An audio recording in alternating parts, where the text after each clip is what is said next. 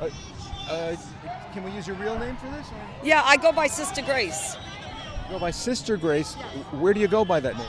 Oh, my neighbors gave me that name. I've actually. Oh, sorry. I've actually been in ministry for decades, and back home in Maine before I moved here, I was called Gall's Girl, and then when I moved here, my neighbors gave me the name Sister Grace, and so I started going by Sister Grace. Are you from New England? Yes, I moved here from a little island off the coast of Maine of 1,100 people. Uh-huh. Now, Maine has become a very democratic state. You know, what was your name again? Scotty? Scotty, you know, I've been Democratic all my life, and this would be the first time I'm voting Republican. And do you know why I'm voting Republican? Even though I've been Democratic all my life? Because as I said, I agree with Jill. President Trump is our only hope. He is our only hope to maintain the values, the core values that my grandmother and myself and my parents were brought up on. I mean, if we don't just go down to Skid Row, I've been doing work with the homeless and with jails since I was 17 years old. Go down there and you'll see. You want that to be America, because if a vote for Biden is a vote to become a third world country. If you're a real, authentic American, then you will vote for Trump, because this isn't about personalities. Is Trump a narcissist? Most likely. Is he arrogant? Most likely. Does he have an overvalued opinion of himself? Yes. Is he what this country needs? Is he the only hope for this country? Also, yes.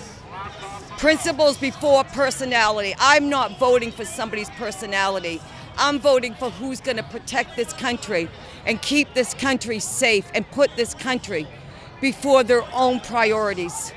Now, traditionally, Democrats consider themselves the humanists. They're the ones concerned with the poor and concerned with human issues. Oh, but Lord, now, see, Scotty, I'm not a politician. I'm a humanitarian. And I've been doing work. I did my first fundraiser at 9, my second fundraiser at 11. I've been doing work with the needy and the vulnerable since I was 17 years old. This is my outtake on this. If you can't afford your own children, you have no business inviting the neighbors to dinner. We have over 63,000 men, women, and children, the disabled, the veterans, the mentally challenged living on the streets of Los Angeles, not to mention all over this country.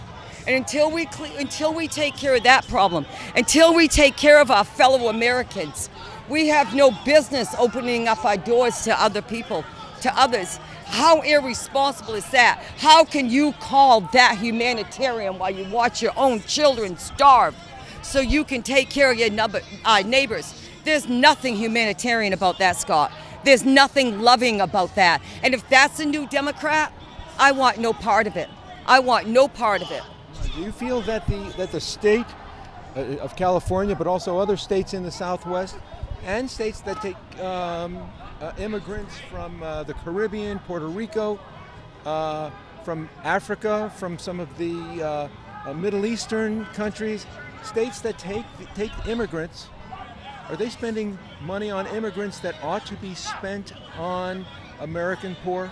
Can I get an amen? Is that your point? Amen. You know, I moved here from Maine. I've had 4 spinal fusions. You know, I'm disabled, and I have medications that I need that I've been on many, many years. I can't receive them. Why? Because I'm in California, who cares more about illegal immigrants than it does American people. So therefore, you know, anyone in California that's on LA Care fares no more if they have cancer, no better than those that have no insurance. Why? Because they don't take care of Americans first. Again, what kind of mother would I be if I had a sick child, but I let my child go hungry and didn't give it medicine because I went across the street and gave it to the neighbor's kid? What kind of mother would that make me? And that's what you're asking. That's what America is expecting our president to do. That's what Joe Biden's going to do. That's not what the Democrats that I value and grew up on believed. Now remember, at 10 years old when Jimmy Carter was running, I was 10 years old, but I wanted to go out and knock on doors. because I loved what Jimmy Carter stood for. Or when I heard about Ellen Roosevelt, my first hero as a kid, and she was out for the needy and the vulnerable, and her husband won 4 presidencies from a wheelchair because she cared. Now, if we had Democrats like that, yes. That's the kind of Democrat I am. And I believe, even though Donald Trump, President Donald Trump, identifies as a Republican, that's the kind of man our president is. Americans first? Americans first. And you know what? I am so sick. I am so sick of Democrats calling anybody racist because they support Donald Trump. President Trump. Most of my heroes are black. You go into my house, I've got African art. I mean, Oprah's everywhere. I mean, I'm an orphan. If I could have any mother, it would be her. Everybody knows. I mean, I've kicked people out of my home before. You're not even allowed to speak bad about her in my house, or you're not welcomed. Like I said, most of my heroes are black. So, but I am sick of, I've had flags, American flag ripped off my door of my house and burnt, and sat there, and my neighbors saying to me, well, we don't like Trump. And I've said, that's an American flag, not a Trump flag. Well, we look at the flag differently than you. I'm sorry, but if you're an American, I don't understand why you look at the flag differently than me, Scott. Can you explain that to me? Well, it seems like there's a division that's been engineered. This is not a coincidence. Oh, it definitely has. It definitely has. I watched last week. I was here, and I watched Cardi B, who I'd never heard of until last week, and Offset, the rapper. The police detain him down here. I cannot praise Beverly Hills police officers enough. That's not the first time I've seen them in action, and how kind, professional, and considerate and sensitive they've been when dealing with the public. But yet they acted like victims. Offset and Cardi B, I heard her on a video, and she's a liar. I'll say it right now. I've got videos. I have numerous videos to prove what I am saying is truth. She said she was afraid. There ain't nothing feared. Cardi B feared nothing. She feared nothing. She came out like a gangster, yelling at the police. I've got it on video. I have it all. The only violent person last week when Offset rapper and his wife Cardi B were stopped was a Biden supporter who I also have on tape. You can look for it on YouTube under Sister Grace. Biden supporter attacks 10-year-old. That is the only violent or aggressive person, Scott, that was last week, was a Biden supporter who attacked a 10-year-old because he had on a Trump hat and shirt, and I stuck up for the child. How much time do you spend in Beverly Hills? I only live about 2 miles from here, so quite a bit. I go to different churches, so I go to a couple of different churches here, and so. Have you noticed during the summertime a different kind of tourist in the streets of Rodeo Drive?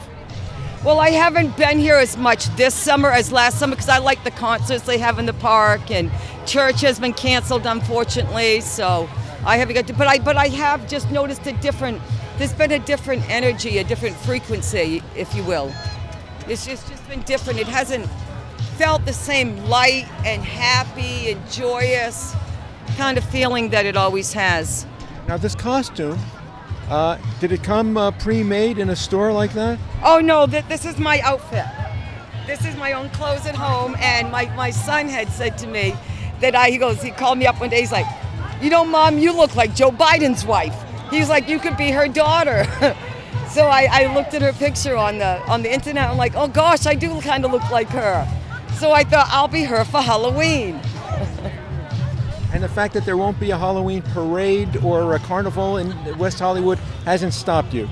Oh, heck no. You know, we do what we can. You know, the best resource we have, Scott, is being resourceful. So you do what you can with what you have, and you make it work. Sister Grace, do you have channels or social media under that name? I'm sorry, I didn't hear you. Social media under that name? Yes, on YouTube, Sister Grace, yes. And you can look up, I have a song actually I put out a couple of years ago, God's Girl. And like I said, you can look up the videos I did last year of the rapper Offset, Cardi B, And last March, I also went to Florida and did an interview with Charles Manson's grandson at his home, because I've been doing humanitarian work for many decades. I'm all about more love, less hate, you know, more love, less judgment. On my business cards, God, it says, love is contagious. Let's infect the world together. Oh, thank you. Thank you for your time. Telephone, email, I can say. Yes. Oh, you want me to say it now? Yes, you can say it to my phone, 424-343-9200.